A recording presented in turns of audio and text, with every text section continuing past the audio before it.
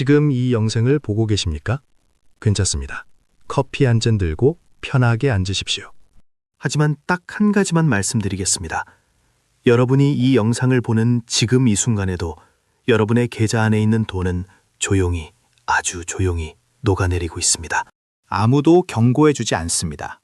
뉴스는 경기 회복 기대감을 이야기하고 은행 PB는 지금이 기회라고 합니다. 주변 지인은 부동산은 절대 안 떨어진다고 합니다. 그 말들이 전부 사실일 수도 있습니다. 하지만 2008년 서브프라임 사태 직전에도 똑같은 말들이 넘쳐났습니다. 오늘 이 대본은 공포를 파는 것이 아닙니다. 팩트를 드리는 겁니다. 숫자로, 데이터로.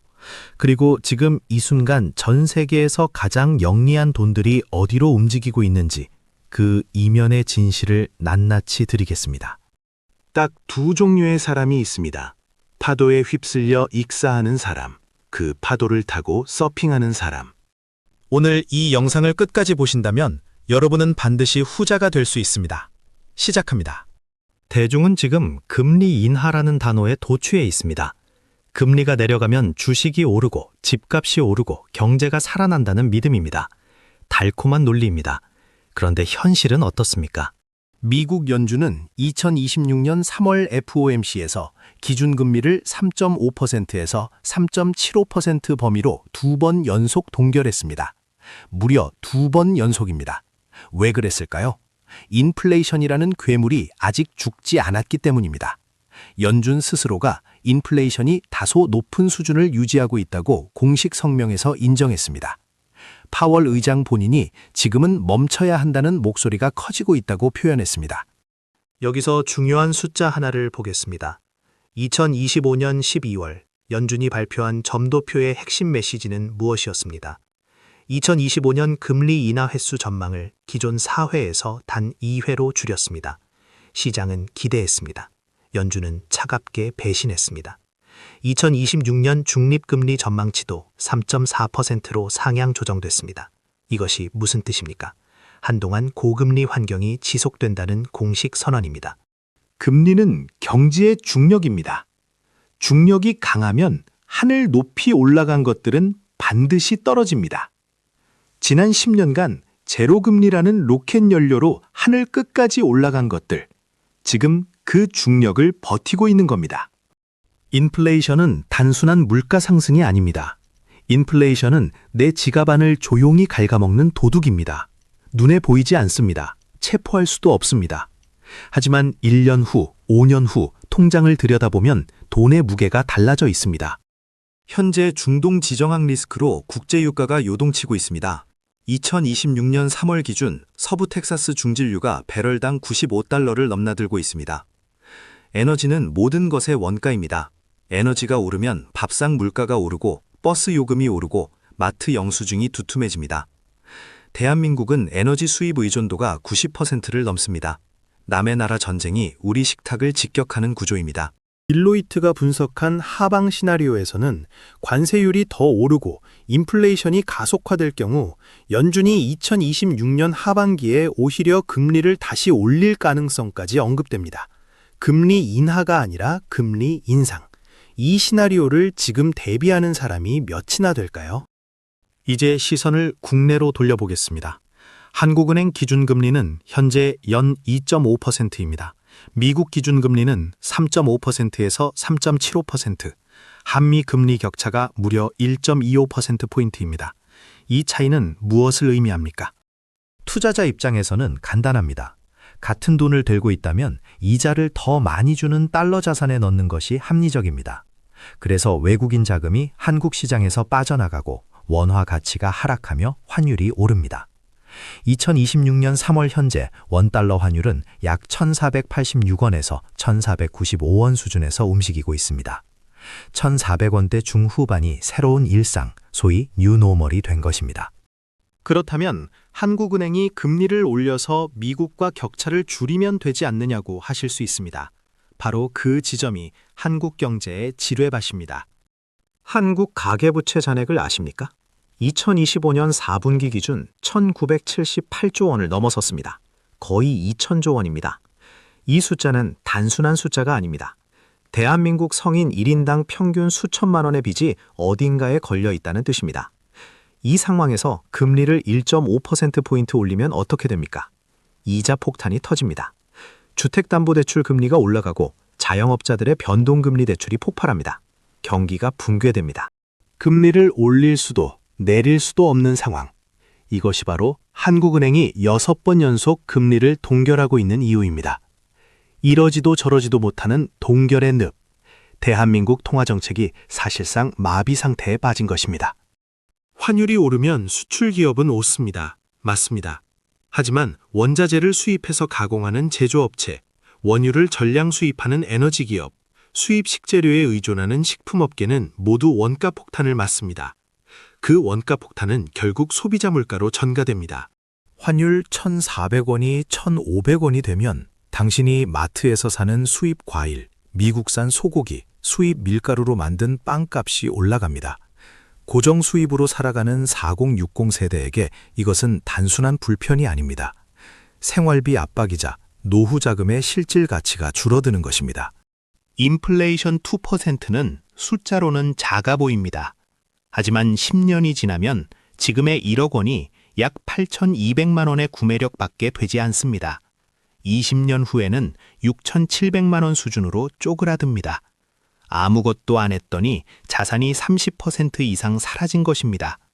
이것이 인플레이션이라는 도둑이 저지르는 범행입니다. 소리 없이 합법적으로 서서히. 전 세계에서 가장 위대한 투자자 워런 버핏의 행보를 보겠습니다. 그는 2024년부터 버크셔 해서웨이가 보유하던 애플 주식을 공격적으로 팔기 시작했습니다. 2024년 1분기에 13%, 2분기에 50%, 3분기에 25%, 그리고 2025년에도 매각을 지속해 한때 9억 주 이상 보유했던 애플을 사실상 4분의 3 이상 처분했습니다. 여기에 뱅크 오브 아메리카도 대규모 매각했습니다. 그 결과 버크셔 해서웨이가 쌓아올린 현금 보유액이 3,440억 달러, 우리 돈으로 약 466조 원에 달했습니다. 2023년 말 1,500억 달러 수준이었던 현금이 1년 반 만에 2배 이상 불어난 것입니다. 버핏이 왜 이랬을까요? 세금 때문에라고 공식적으로 해명했습니다. 맞습니다. 부분적으로는 사실입니다. 하지만 생각해 보십시오. 세금 이유라면 조금씩 팔면 됩니다. 왜 수백조를 쌓아두고 가만히 앉아 있습니까? 투자할 곳이 없다는 것입니다. 지금 시장이 너무 비싸다는 것입니다. 이것이 핵심입니다. 주식시장의 과열을 나타내는 대표 지표인 버핏 지수를 아십니까? 미국 증시 시가총액을 GDP로 나눈 값입니다. 버핏 본인이 가장 좋아하는 지표라고 말한 것입니다. 이 지수가 100%면 적정, 120% 이상이면 과열, 150% 이상이면 심각한 거품으로 봅니다. 지금 이 지수는 200%를 훌쩍 넘어 있습니다. GDP의 2배를 넘는 돈이 주식시장에 몰려 있다는 것입니다. 역사상 이 수준에서 결과는 늘 하나였습니다. 폭락. 버핏은 파티장에서 조용히 코트를 집어들고 문 쪽으로 걸어가고 있는 겁니다. 여기서 대중이 절대 모르는 이면의 진실 하나를 공개합니다. 대중의 상식, 금리가 내려가면 주식이 오른다. 팩트, 역사적으로 금리 인하 직후가 진짜 대폭락의 시작점이었다. 믿기 어려우시다면 역사를 보십시오. 2001년 닷컴 버블 붕괴, 연준이 금리를 내리기 시작한 것이 2001년 1월입니다. S&P 500이 폭락한 것은 그 이후였습니다. 2007년 서브프라임 위기, 연준이 금리를 내리기 시작한 것이 2007년 9월입니다. 리먼 브라더스가 파산한 것은 1년 후 2008년 9월입니다. 연준이 금리를 내린 이후 주식은 오히려 본격 폭락했습니다. 왜 그럴까요? 중앙은행이 금리를 내린다는 것은 경제가 이미 심각하게 나빠졌다는 공식 인정입니다. 의사가 강력한 항생제를 처방하는 것은 환자가 건강하기 때문이 아닙니다. 아프기 때문입니다. 금리 인하는 경제의 구원투수가 아닙니다. 그것은 경기 침체의 확인 사살입니다. 지금 시장이 금리 인하를 기다리며 들뜨는 것, 그 들뜸 자체가 위험 신호입니다. 2008년 리먼 사태와 지금을 비교해 보겠습니다. 당시에는 미국 주택담보대출의 부실이 금융 시스템 전체를 감염시켰습니다. 지금은 무엇입니까? 미국 상업용 부동산 부실, AI 버블, 그리고 지정학적 리스크라는 세 가지 폭탄이 동시에 타이머를 재고 있습니다. 결정적 차이도 있습니다. 2008년에는 연준이 제로금리라는 바주카포를 쏠 여지가 있었습니다. 지금은 이미 3.75%입니다. 금리를 내릴 공간이 예전보다 훨씬 좁습니다. 중앙은행의 탄약이 줄어든 상태에서 위기가 오면 그 충격은 훨씬 클 수 있습니다. 한국은 더 취약합니다. 1978조 원의 가계부채, 1,400원대 후반의 환율, 그리고 성장률이 1%대에 그친 경제. 2025년 연간 GDP 성장률이 겨우 1.0%에 머물렀습니다. 한국 경제의 체력이 크게 약해진 상태입니다. 파도가 크게 올 때 체력이 약한 사람이 먼저 쓸려나갑니다. 스마트한 돈들의 움직임을 보십시오. 버핏은 현금을 쌓으면서 주택건설업체 렌나 지분을 265% 늘렸습니다. 실물 자산, 특히 구조적 공급 부족에 있는 주거 자산에 베팅한 것입니다. 동시에 에너지 기업 쉐브론도 175억 달러 규모로 확대했습니다. 실물 에너지, 실물 주거, 공통점이 있습니다. 인플레이션에 강한 자산들입니다. 일본 소프트뱅크, 노르웨이 국부펀드, 국내 국민연금까지 해외 분산 투자를 서두르고 있습니다. 국민연금의 해외 투자 규모가 2025년 기준 약 771조 원에 달합니다. 연금이 한국을 떠나고 있습니다. 이 자금 이탈이 다시 환율 상승 요인이 됩니다. 악순환입니다. 당신의 노후 자금을 굴리는 곳이 이미 나가고 있는데 개인만 멍하니 국내 시장에 머물러 있어서는 안 됩니다. 지금부터는 한숨 쉴 시간이 없습니다. 오늘 이 영상을 보신 날부터 실행하셔야 합니다. 4단계입니다. 지금 당장 통장 내역을 펼치십시오. 그리고 반복적으로 빠져나가는 지출 항목을 하나씩 들여다보십시오. 자동차 할부금이 있습니까? 이 차가 반드시 필요합니까? 아니면 체면 때문입니까? 거의 안 쓰는 OTT 구독료, 잊고 있던 각종 자동이체 항목들, 이런 것들을 생활비라고 부르지 마십시오. 이것들은 소비의 찌꺼기입니다. 투자에서 가장 중요한 자산은 시드머니, 즉 종잣돈입니다. 눈덩이를 굴리려면 처음 눈뭉치가 있어야 합니다. 눈뭉치가 없는데 아무리 경사가 좋아도 소용없습니다. 지금 지출 다이어트가 바로 그 눈뭉치를 만드는 작업입니다. 목표는 월 소득의 최소 20%를 현금 비축 계좌로 자동이체하는 시스템을 만드는 것입니다. 먼저 저축하고 남은 돈으로 사는 것. 이것이 부자와 서민의 가장 근본적인 차이입니다. 부채에는 두 가지 종류가 있습니다. 자산을 만드는 레버리지성 부채와 아무것도 만들지 않는 소비성 부채입니다. 지금 당장 청산해야 할 것은 후자입니다. 마이너스 통장, 카드론, 캐피탈 대출, 그리고 변동금리로 연결된 신용대출. 이것들은 이자를 막는 괴물입니다. 현재 시중 변동금리는 4%대에서 5%대가 일반적입니다. 5% 이자를 내면서 연 5% 수익을 내려는 투자는 시작부터 제로섬 게임입니다. 아니, 수수료와 세금을 빼면 마이너스 게임입니다. 밑 빠진 독에 물을 붓는 것. 이것이 지금 많은 분들이 모르고 하고 있는 행동입니다. 고금리 부채를 청산하는 것 자체가 연 4, 5% 수익률을 보장하는 투자입니다. 리스크 제로에 보장 수익률 4, 5%. 이보다 좋은 투자가 지금 시장에 있습니까? 물론 주택담보대출처럼 장기 저금리로 묶인 부채까지 갚으라는 것이 아닙니다. 그 기준선은 본인의 대출 금리와 기대 투자 수익률을 냉정하게 비교해서 결정하십시오. DC형 퇴직연금을 가지고 계십니까? 아마 상당수 분들이 원리금 보장 상품에 그냥 방치해 두고 있을 겁니다. 연 2, 3% 이자가 붙고 있을 것입니다. 지금 인플레이션이 2%대입니다. 실질 수익률이 0%, 어떤 경우에는 마이너스입니다. 명목 숫자는 늘어나는데 구매력은 그 자리에서 제자리 걸음 혹은 뒷걸음질입니다. DC형 퇴직연금은 본인이 직접 운용할 수 있습니다. 원리금 보장 상품을 전부 팔고 저평가된 우량 지수 ETF로 갈아타는 것을 검토하십시오. 미국 S&P 500 지수 ETF 혹은 전 세계 주요 시장을 담은 글로벌 분산 ETF. 이런 상품들을 정기 매수 설정으로 자동화하면 매달 일정 금액이 꾸준히 저평가 구간에 쌓입니다. 단, 한 가지 조건이 있습니다. 지금 당장 주식시장이 저평가 상태라고 단정하면 안 됩니다. 앞서 버핏 지수가 200%를 넘었다고 말씀드렸습니다. 지금 당장 전액을 주식 ETF로 옮기는 것이 아니라 분할 매수, 즉 매달 정해진 금액을 기계적으로 사들이는 방식을 선택하십시오. 시장이 빠질 때 더 많이 쌓이고 오를 때 평균 단가가 올라갑니다. 이것이 변동성을 친구로 만드는 방법입니다. 이것이 핵심 중의 핵심입니다. 지금 원달러 환율이 1,486원입니다. 비쌉니다. 3년 전 1,100원대와 비교하면 분명히 비쌉니다. 하지만 이런 상황을 상상해 보십시오. 글로벌 금융 불안이 심화되면 전통적으로 달러가 더 강해집니다. 왜냐하면 달러는 위기의 시대 최후의 피난처이기 때문입니다. 1997년 외환위기 때, 2008년 금융위기 때, 2020년 코로나 쇼크 때 모두 달러가 폭등했습니다.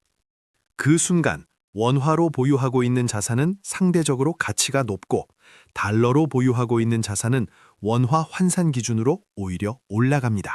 그래서 지금 취할 수 있는 가장 현실적인 전략은 두 가지입니다. 첫째, 총 자산의 일부를 달러 MMF나 단기 미국 국채에 넣어두는 것입니다. 지금 미국 단기 국채 금리가 4%대입니다. 달러로 받는 이자가 4%이고 만약 달러 강세가 오면 추가 환차익까지 기대할 수 있습니다. 안정성과 수익성을 동시에 잡는 구조입니다.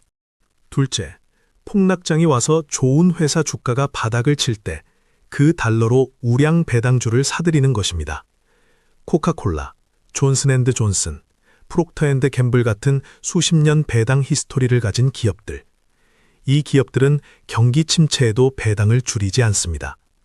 주가가 빠지면 배당 수익률이 올라갑니다.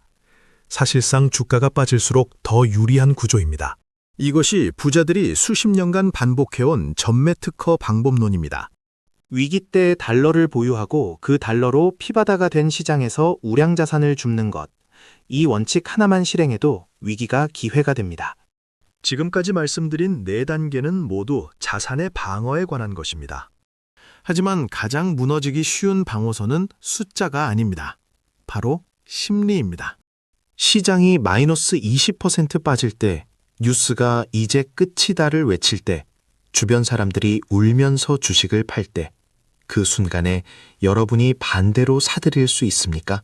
이 질문에 yes라고 답하려면 지금부터 두 가지를 준비해야 합니다. 하나, 비상금 6개월치를 현금으로 따로 보관하십시오. 생활비의 6개월치, 절대 손대지 않는 통장에 넣어두십시오. 이 돈이 있어야 주가가 폭락해도 주식을 팔 이유가 없습니다. 둘, 지금 당장 자신의 포트폴리오를 한 장에 적어 보십시오. 현금 비중 몇 %, 주식 몇 %, 부동산 몇 %, 달러 자산 몇 %. 이것을 글로 쓰는 순간 여러분의 자산 방어는 체계를 가집니다. 머릿속에만 있는 계획은 계획이 아닙니다. 그것은 소망입니다. 여러분, 마지막으로 한 가지를 물어보겠습니다. 당신은 왜 돈을 모읍니까? 집을 사기 위해서, 자녀 교육을 위해서, 노후에 아무에게도 손 벌리지 않기 위해서. 결국 한 단어로 정리됩니다. 자유. 그리고 그 자유의 다른 이름은 존엄입니다. 경제 위기는 그 존엄을 앗아갑니다. 준비되지 않은 사람에게는요. 하지만 오늘 이 영상을 끝까지 보신 여러분은 다릅니다. 연준의 금리 전략이 무엇을 의미하는지, 가계부채 1978조 원이 왜 시한폭탄인지, 워런 버핏이 왜 조용히 466조 원의 현금을 쌓고 있는지 이제 아십니다. 아는 것과 모르는 것의 차이는 결과의 차이입니다. 5년 후, 10년 후 여러분의 통장 잔액이 달라집니다. 지금 당장 할 수 있는 것 하나만 시작하십시오. 지출 다이어트, 악성 부채 청산, 퇴직연금 재검토, 달러 자산 일부 편입. 이 4가지 중 딱 하나만이라도 오늘 시작하십시오. 한 발자국이 전부를 바꿉니다. 댓글창에 지금 당장 실행할 한 가지를 적어주십시오. 나는 오늘 마이너스 통장부터 끊겠다. 나는 오늘 퇴직연금 계좌를 열어보겠다. 나는 이번 달 달러 MMF에 50만 원을 넣겠다. 글로 쓰는 순간 실행 확률이 극적으로 올라갑니다. 이 채널은 여러분의 자산을 지키기 위해 존재합니다. 다음 영상에서도 더 냉철하고 더 구체적인 분석으로 찾아뵙겠습니다. 오늘도 끝까지 함께 해주셔서 진심으로 감사합니다. 이 영상은 투자 권유가 아닌 정보 제공 목적으로 제작되었습니다. 모든 투자 결정은 본인의 책임하에 신중하게 이루어져야 합니다.